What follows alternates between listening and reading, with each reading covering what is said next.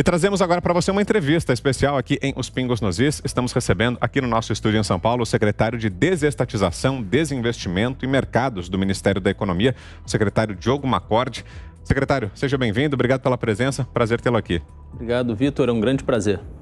Bom, secretário, são vários temas para tratarmos. Queria fazer uma pergunta inicial até para a gente poder introduzir esse nosso tema, que é o seguinte: o ex-secretário Salim Matar, quando deixou o governo, fez algumas reclamações, disse que o ritmo do andamento das privatizações não era o ideal, que em alguns momentos teria até faltado apoio.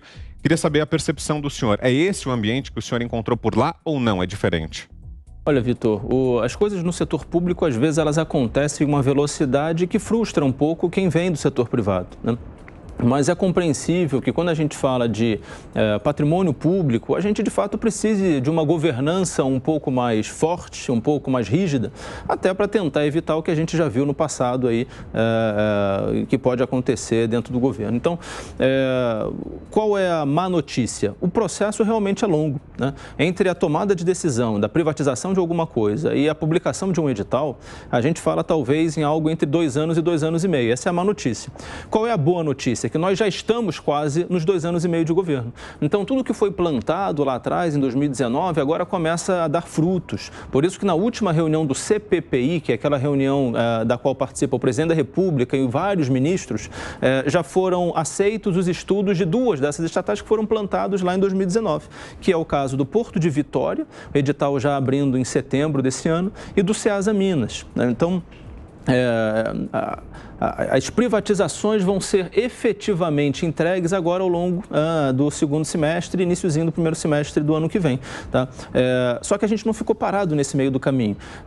Não bastasse ser difícil o suficiente a gente modelar 15 projetos ao mesmo tempo, que essa é a quantidade de projetos que a gente está trabalhando hoje para privatização, né?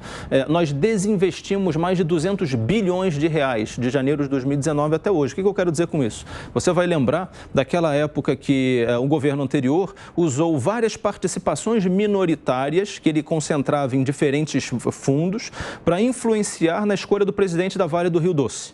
Ou seja, era uma empresa teoricamente privada que o governo, naquela época, conseguiu trocar o presidente da empresa usando várias participações minoritárias. O que nós fizemos? Vendemos essas ações. Então, esses mais de 200 bilhões de reais incluem, por exemplo, 24 bilhões em ações da Vale, mas incluem ações em várias outras empresas privadas. O governo não precisa ser acionista. Então, a gente desinvestiu dessa carteira enquanto a gente produzia todos esses projetos que agora começam a ficar prontos. Então, a agenda ela tem caminhado numa velocidade muito positiva. Vamos a mais uma pergunta, secretário, agora em Brasília, José Maria Trindade. Diga, Zé. Perfeito, secretário. Isso é um trabalho muito difícil, muito duro por aqui, porque há resistências e resistências políticas. Se somam aí os próprios funcionários, até diretores e os políticos que nomeiam, né? As estatais servem para nomear indicados políticos e também para manter uma casta ali. Eu costumo dizer aqui, secretário, que presidente da Petrobras é muito melhor do que presidente da República. Tem um salário muito maior, 10 vezes o salário do presidente da República, além de várias regalias e um certo ar de que é um CEO de uma empresa, de uma grande empresa privada, para se ter uma ideia. É assim que são as estatais. Eu queria que o senhor dissesse, o senhor já chegou à conclusão de quantas estatais existem no Brasil e qual é o orçamento de investimentos estatais no orçamento desse ano, 2021? Olha, Zé Maria, você tem razão, né? Acaba que as estatais, elas blindam salários muitas vezes extraordinários, né? Algumas estatais nem precisariam ser estatais, então elas acabaram sendo criadas justamente para viabilizar esses grandes salários, esses grandes privilégios, tá? Em termos de número, hoje o governo ele tem 46 empresas estatais de controle direto, né? Agora, participações acionárias, né, e controles indiretos são centenas de outras. Por isso que um trabalho muito grande de limpeza tem sido feito justamente para desinvestir, né, de todas as participações. Isso acaba causando, inclusive, algumas privatizações indiretas, né, como foi o caso da BR Distribuidora, como foi o caso da refinaria Landolfo Alves, como foi o caso da TAG, a Transportadora Associada de Gás. Então, tudo isso tem sido feito ao mesmo tempo em que a gente interrompe o fluxo, ou seja, hoje o governo federal ele não é mais fundamental para novos investimentos. A gente conseguiu desenvolver o mercado para que ele possa sozinho caminhar com as próprias pernas, porque antes havia aquela impressão posição ou aquele discurso de que sem o governo o investimento não aconteceria, o que obviamente não é verdade. Vide o leilão super bem sucedido que houve da SEDAI, agora na semana retrasada, onde empresas puramente privadas conseguiram entrar e apresentar lances. Então, esse é o caminho que a gente está conseguindo evoluir. Tá? Agora, de Los Angeles, secretário, quem lhe faz a próxima pergunta é a Ana Paula Henkel. Ana. Boa noite, secretário. Já que o senhor mencionou aí a SEDAI, eu queria saber do senhor se o senhor acredita que essa judicialização aí do leilão da SEDAI pode afastar possíveis investidores no setor. Olha, Ana, infelizmente, forças do atraso sempre trabalham contra as boas iniciativas do investimento privado. Né?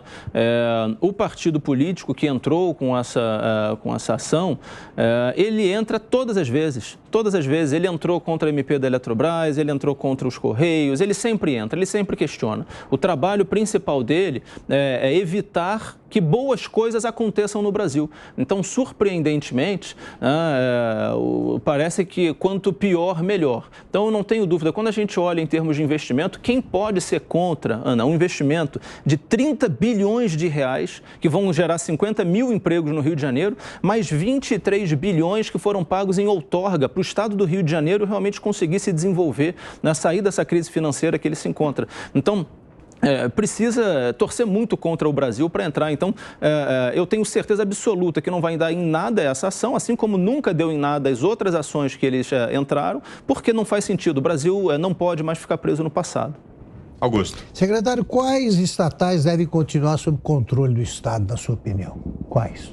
Augusto, isso é relativo e a rigor. Tá? Se você olha a Constituição, ela limita as estatais a relevante interesse coletivo ou segurança nacional. Ponto. Isso é constitucional, não sou eu que escolho.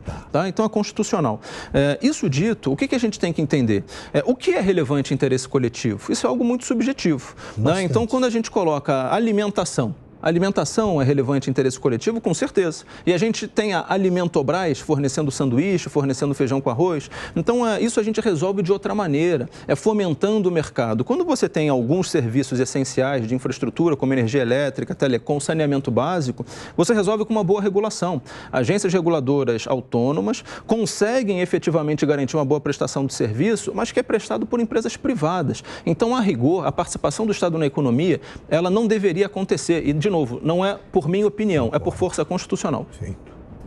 Guilherme Fiuza, sua pergunta, Fiuza. Secretário, o senhor está otimista com o projeto de capitalização, privatização da Eletrobras? E o senhor podia explicar a importância desse projeto? Ótimo, Fiuza. Bom, eu estou sempre otimista com as agendas que fazem sentido. Tá? Esse é um projeto que é um ganha-ganha enorme. Veja, a gente está falando de uma empresa que, apesar de ter um mercado relevante, todo ano ela perde participação, porque ela não tem capacidade de investimento. A Eletrobras, ela precisaria, para manter a participação de mercado que ela tem, precisaria investir alguma coisa em torno de 13 bilhões por ano. Hoje ela investe alguma coisa em torno de 3 bilhões de reais por ano. Ou seja, uma Eletrobras privada investiria 10 bilhões de reais por ano a mais do que ela investe hoje. Olha quantos empregos isso geraria. Fora isso, essa é uma operação que pode passar o valor de mercado da Eletrobras de 60 bilhões para alguma coisa em torno de 140 a 150 bi. Lá em 1997, quando a Vale do Rio Doce foi privatizada, a Vale valia metade da Eletrobras. A Vale valia metade da Eletrobras em 97. Hoje, ou seja, de 97 para cá, a Eletrobras, em valor nominal, dobrou de valor, tá? E a Vale do Rio Doce, sabe quantas vezes aumentou de valor? 60. Ou seja, a Vale, que foi privatizada e tinha 15 mil funcionários antes de ser privatizada, valorizou em 60 vezes e hoje tem 70 mil funcionários. Enquanto isso, a Eletrobras perde cada vez mais participação de mercado. Nós perdemos a oportunidade de privatizar as distribuidoras lá em 2012, por exemplo, e de lá para cá, elas conseguiram ser privatizadas só em 2018. Nesse período, elas deram um prejuízo acumulado de 20 bilhões bilhões de reais e condenaram aqueles estados que eram atendidos por ela a serviços de péssima qualidade. Então, a quem interessa manter essas empresas estatais? Sinceramente, a ninguém, né? Mas a gente sabe que existem alguns interesses que às vezes trabalham contra. Mas, de qualquer maneira, eu sou um otimista para tudo que faz sentido. O projeto da Eletrobras faz muito sentido. Agora, a gente precisa, para garantir a votação da medida provisória na Câmara, que está prevista para a próxima terça-feira, fazer alguns ajustes importantes no relatório preliminar que foi apresentado essa semana, que ainda tem algumas fragilidades bastante importantes que precisam ser resolvidas até lá.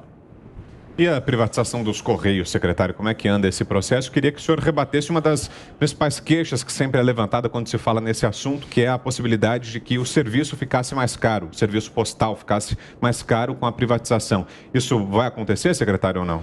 Olha, Vitor, o que está sendo proposto nesse novo marco postal que viabiliza a privatização dos Correios? Que esse seja um setor regulado. Então, isso vai na linha do que o Augusto perguntou agora há pouco, né? Será que o governo precisa investir diretamente naquilo ou pode ser o privado por meio de uma regulação? Né? É evidente que o setor privado é muito mais eficiente. Então, se por um lado existe essa narrativa de que vai ser mais caro porque o setor privado visa lucro, o lucro do setor privado é muito menor do que a ineficiência do setor público. Então, no final, a gente consegue gerar serviços mais baratos de uma qualidade maior, né? Veja a DHL. A DHL era a antiga empresa estatal de Correios da Alemanha. Então, ela era pequena, né? Ela era ineficiente, o governo alemão decidiu privatizar a DHL. Hoje, ela é a maior empresa de logística do mundo, emprega muito mais do que ela empregava antes, é um símbolo de qualidade, um símbolo de eficiência. O governo alemão só tem 20% da DHL hoje e ela conseguiu virar, né, realmente o gigante que ela é. Por que os Correios não podem também virar um gigante postal da América Latina? Servir como uma plataforma privada, eficiente, para que a gente possa expandir isso tudo. Essa é a ideia. Augusto. Eu acho o seguinte, não há ninguém que consiga se opor racionalmente à privatização. Não há. Por que o Congresso resiste? As resistências do Congresso se devem aqui.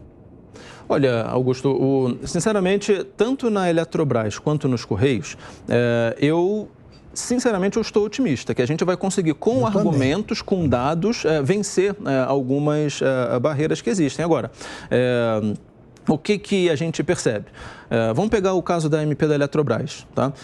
Ela recebeu 570 emendas.